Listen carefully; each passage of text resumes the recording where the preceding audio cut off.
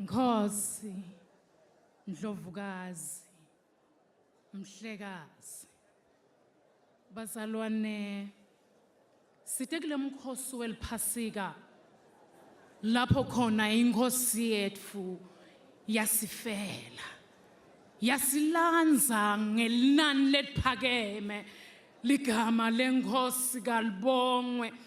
Ngitawufunza abazalwane encwadzini yaJohane chapter 19 verse 28. Ngaleso sikhathi Jesu besati kutsi konke sekuphelele, kuze kugcwaliseke umbhalo wathi ngomile.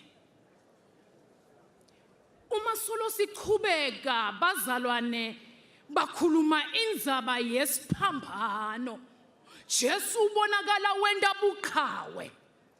buqhawe lobungazange sebonwe nakafika esiphambanweni, ngoba usathane bekasolo anyonyoba eceleni athi amane angefike esiphambanweni, akamane afele endleleni.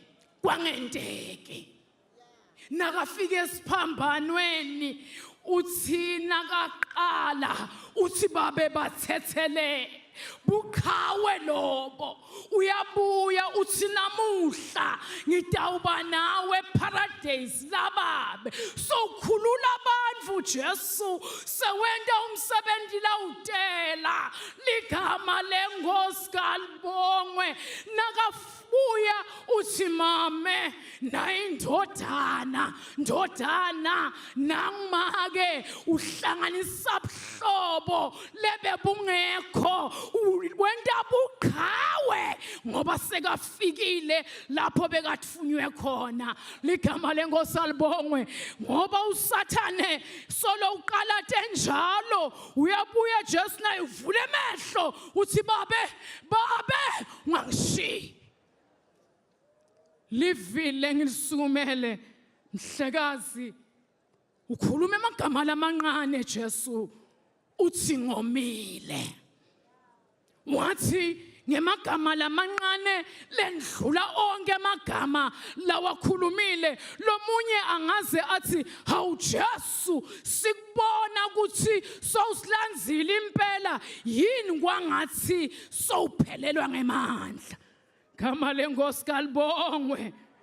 Kanzi nani emandla qalela phasi? Umbuto uthi womile Jesu, sewomeleni nyalo ngoba sikudinga unqoba kuze kube sekugcineni. Uthi ngomile bukhona bakho nkulunkulu kuze ngiqhubeke kule ndlela ngiyoyibeka ekugcineni ligama lenkosi kalibongwe. Nasashayiwe, atsatshuliwe, akhafulelwe, etfukiwe, ungathi vele lokoma kushokoma kwekuphelelwa ngemandla. Mhlekazi, angeke umuntu akhulume athi ngomile emandla saphelile. Uma emandla ekuthi ngomile asesekhona kusho ukuthi uyaphila. Abetshengisa ukuthi yesathane siphelile isikhathi sakho, nyalo ngomele emandla eqhubeka. Bazalwane, noma ngabe yini lekuhlasela, sebakuhlanganyele emsebentini, bathi wena ukafanelwa nangilesikhundla, bathi wena ukafanelwa nangilokusebenta, noma imindeni ivungama ungaphelelwa ngemandla, yomela bukhona bakhe. Uthi ngawumele wena babe, ngoba letinto letingivelelako tidzinga ngithathe emandla lamasha. Ligama lenkosi kalibongwe, ligama lenkosi alibongwe. Uyathi lamasotsha lalapha esiphambanweni akamvisisi lokuthi womeleni. Hallelujah. Abamvisisi beta nanevinika nakathi womile. Ligama lenkosi alibongwe.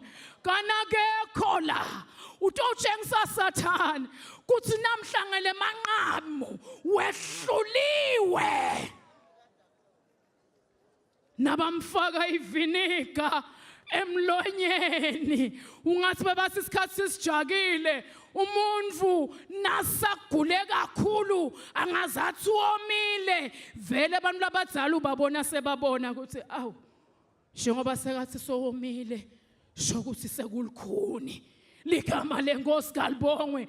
Kanti ngaleso sikhathi nabamfaka ivinika emlonyeni ungathi nje bebagqobisa lo mlomo athi hey yesathane kusenemagama lamabili lekufanele ngiwakhulume kuze kugcwalise umbhalo. Le vinika yakho lebe yendela ukuthi ngithule ngoba nangikhuluma mine kwendeka tika noma ingangibabele emphinjeni lalela sitha sengibalanzile. Gama lenkosi alibongwe. Gama lenkosi alibongwe. Nasathi kuphelele utshela Sathane uthi hey Sathane awunangibulala nasengilasiphambanweni mina Jesu ngibeka umphefumulo wami esandleni sababe angibulawa nguwe ngomele bukhona bakhe.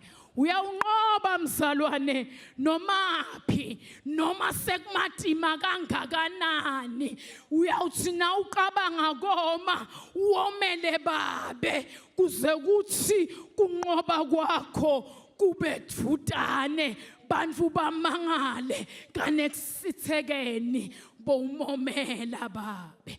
Nkosi Ndlovukazi Mhlekazi.